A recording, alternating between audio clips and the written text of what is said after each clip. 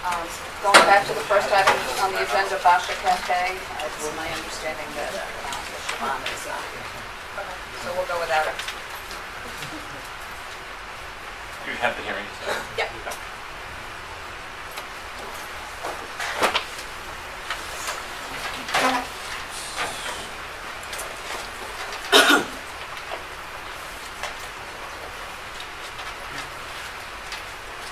So if you could please introduce yourself for the record, first name, last name, please.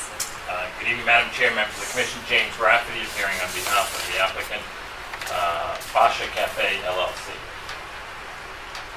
Mr. Headley. Henderson Headley, licensing investigator.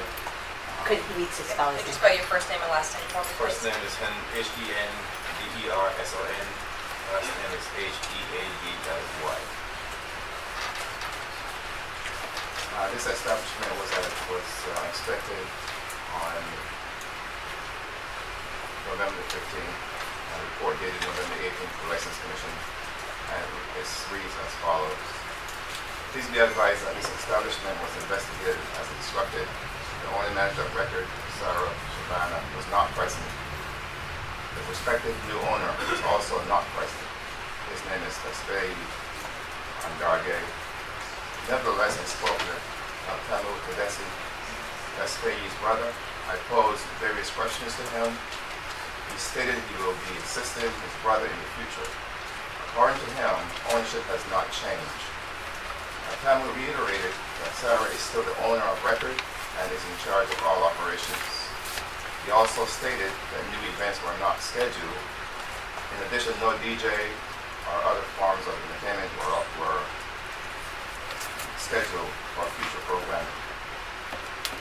Tamu also reiterated that the prospective new management is only in training regarding kitchen operations, Cambridge rules and regulations, customer care and development, and generally receiving guidance as a precursor to taking over at some point in the future. At this time, there were only 4 customers on the premises. A follow-up investigation also took place in mid-January, and again, the owner of record, Sarah Shavana, was not present. However, the prospective new owner was present. And as I stated earlier, his name is Tasbei Andarge. I inquired about his ownership status. He reiterated that Sarah is still the owner and manager of record. He advised that she stops by on various days and at different times. According to Tasbei, there is no consistent day or time for Sarah's arrival to the establishment. He also asserted that she's in charge of all operations. And the issue relative to training is consistent with the first report. There was another investigation on May the 16th of 2015. Again, at this investigation, the owner manager of record, Sarah Shavana, was not present during this visit. However, the prospective new owner, Tasbei Andarge, was present. I inquired about his ownership again. He reiterated that Sarah is still the owner manager of record. He also advised that she stops by on various days and at different times. According to Tasbei, there is no consistent day or time for Sarah's arrival to the establishment. And again, he also asserted that she's in charge of all operations. And the storyline is the same, in all 3 reports, that they're just there in training, customer care development, customer Cambridge rules and regulations, and receiving guidance, but they have not officially taken over as the new owner manager. Thank you. Mr. Rafferty, can you tell us, is Ms. Shavana still the owner and manager of record? It doesn't sound like she's ever there. Well, it's my understanding that she most definitely is the owner and manager. As to the number of hours she spends on the premises, I have no information that would be consistent with what was provided to the Commission by Investigator Headley. My understanding is that there is a very limited amount of business occurring and that she is there not on a regular basis. She is mindful of the obligations associated with her role as manager. I believe the entertainment license is not being utilized. My understanding is that is noted in the reports, the individual that's involved in kitchen operations is someone who they're proposing to sell the restaurant to. And I don't have any additional information. I regret that Ms. Shavana is not here, because I can obviously understand why this would be a relevant point of inquiry of the commission. And I regret I don't have any additional information beyond that which I've stated.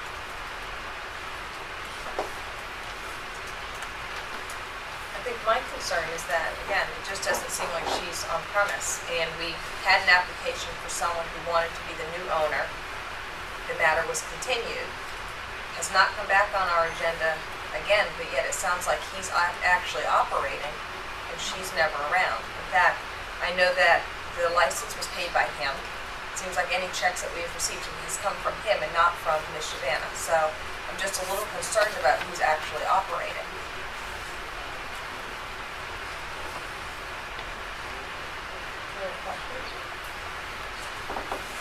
So, Council, we don't know who the new group is, and it would appear, from cursory information, that the new group is in there and seems to be potentially operating.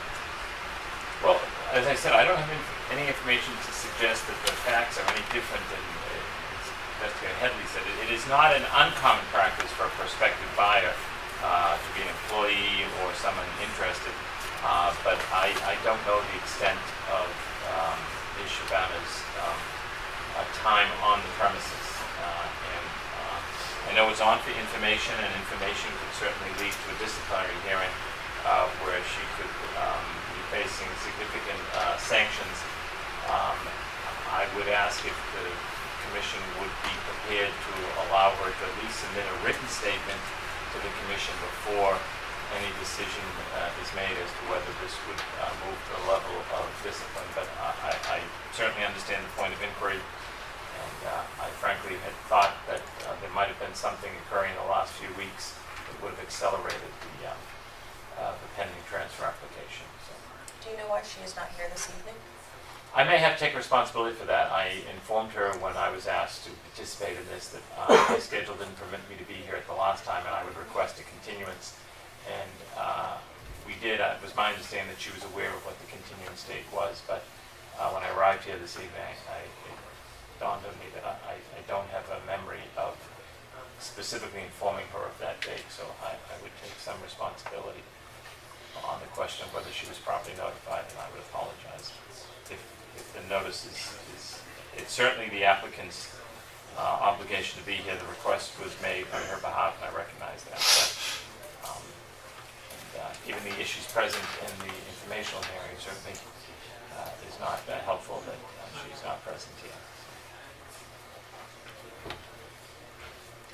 So I guess my comment, quite honestly, is that there's been at least 3 inspections that Mr. Headley's performed. I think there's sufficient information to suggest that we do in fact have concerns about the responsibility of the manager of record, and I'd be inclined to think, based on the informational hearing, that there might be enough information to move forward with this part hearing on this matter.